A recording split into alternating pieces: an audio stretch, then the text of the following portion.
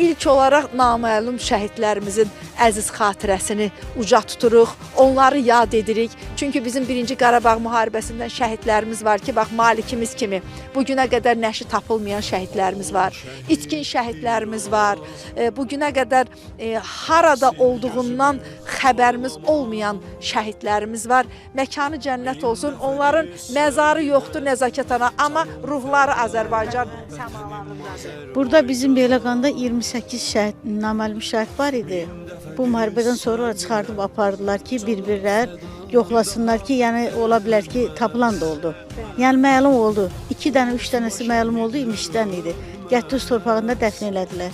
İnşallah o birlər də tapılsın sahiblərinə. Nəzakət ana, bax burada bizim itkin şəhidimiz Malikin bacısı var.